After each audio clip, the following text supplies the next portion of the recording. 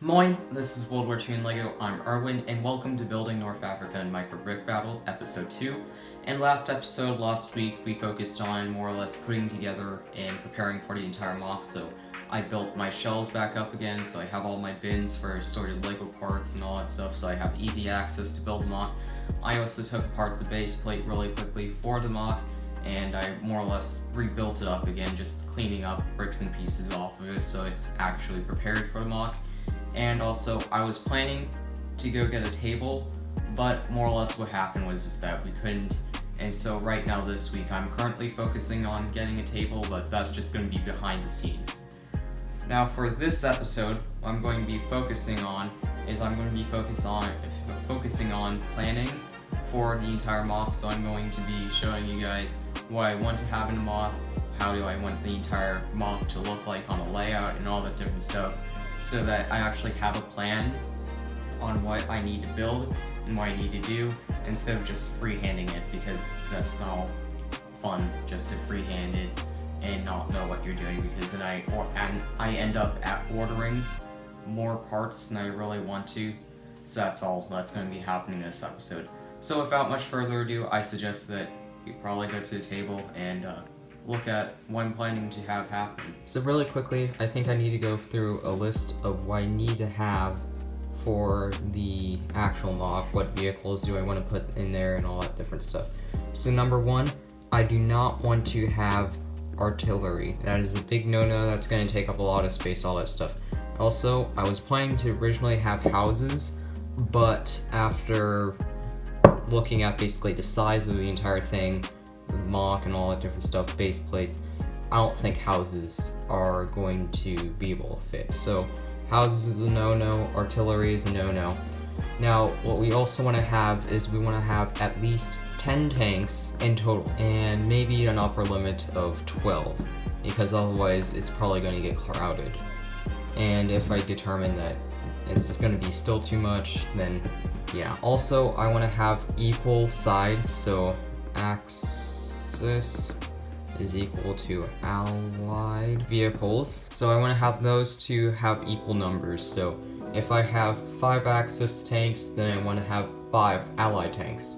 And I think that includes, do you extend that rule for the Spitfire and the Messerschmitt? Yeah, it's going to be equal. So planes are going to also count as vehicles, because I don't want to have it too confusing. So for aircraft, on the Axis, I want to have 1 Messerschmitt. So I want to have 1 Messerschmitt, and on the Allies, I want to have, I think, Spitfires? Yeah, Spitfires were in North Africa at that time, so 1 Spitfire. So 1 Messerschmitt, 1 Spitfire, I'm going to have them having some interesting dogfight up above the entire battle. Now, on the Axis, I'm probably going to want to have like one of the more famous tanks in North Africa, so 1 Tiger will do. And for the Allies, we're going to have 1 Matilda. Maybe I'm going to extend that to 2, because those were pretty common still there. Actually, were they? Let me check really quickly. So actually, there was no Matildas used, and I can rule that out really quickly. So we're probably going to replace the Matildas with the M4. So I can't use Matildas. We're probably going to have a classic battle between the M4 and the Panzer III. We're going to have a Grant desert camo. We're going to have a Grant on Allies side. Okay, so I really wanted to have a Firefly in the battle, but I don't think that's gonna be happening. So let's see here, what can I do? We're gonna have 2 Shermans, and we're gonna have 2 Panzergreis. So that's 4 on this side, 1, 3, 4 on that side. We're starting to get pretty close to the limit.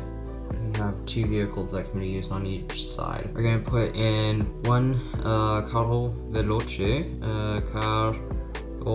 Veloce. I'm pretty sure I'm not spelling that, the 33. I'm pretty sure I'm not saying that correctly, but we're just going to ignore that. We got Grant, we got Shermans. Oh, Crusaders. I seriously kind of wish that there was actually a Firefly in North Africa, because I actually had some pretty nice stuff for that. Were Cromwells used? Maybe. So Cromwells weren't used. I'm seriously wishing I just did a D-Day mock instead, because, like, a France mock, because there are some really nice Allied tanks that were used later in the war, but, I don't want to have any more aircraft. I kind of wish I put in, like, a German bomber, or a British bomber, but, do I want to put in artillery? I mean, that's kind of breaking the rule, but this is kind of getting desperate here. Shermans weren't that common still. Grants were somewhat there. I think we're just gonna up the ante and put in 3 Panzer IIIs and then 3 M4 Shermans. So with all that said and done, I think I should probably head to the map really quickly and show you what I'm planning on doing. Alright, so I just finished up planning the entire map. All this. This is all to each stud represent each square. Represents one stud on the actual plate. So we got here the border, the entire black border of the building plate, more or less. And then also, I forgot to mention that I plan to put an oasis somewhere on the map, and I think that this corner is the best. So we got basically 3 M4s all the way up here, and if I got tracks all over the place. They're going to be using a lot of dark tan, which means a lot of orders from LEGO, because, oh my god, that's going to be sucking up a lot of dark tan. Let me just tell you that in the first place. So moving onwards towards the side over here, I guess. So we got basically a hill. So each of these dashed lines represents basically like a stud up onto the hill. So I think right now we have 1, 2, 3, 4, and then 5 over here, so the hill is going to be about 5 studs high. That's pretty decent for a hill, I would have to say. And I'm trying to make sure that they're evenly spaced apart so it isn't that steep of a hill. I just want it like a mildly rolling hill. And then over here we got a Spitfire and a Messerschmitt. I'm planning to have them bank like to the side a bit while chasing each other, so the Spitfire's chasing the Messerschmitt. And then I got the Grant just starting to climb over the hill with the Crusader flanking it to the left if you're looking at it from the Allies side. So we got that going. And then over here on the other side of the hill we got a Tiger that's planning to greet the Grant as it crests over the hill. And we got a force of Panzer IIIs going towards basically this direction. They're planning to go straight through whatever canyon that the hill's creating, like a slight little divot in the land. So they're planning to rush through this direction over here and meet the M4s on this side in order to battle them, and the Crusaders trying to like basically flank them. And then we got over here on another little tiny hill that's going to be about 3 studs high in this corner. We got our little tiny Cavaleroce. So I think that's a pretty good layout. Now these tanks, I don't think they're to size, more or less. They're going to be a bit bigger.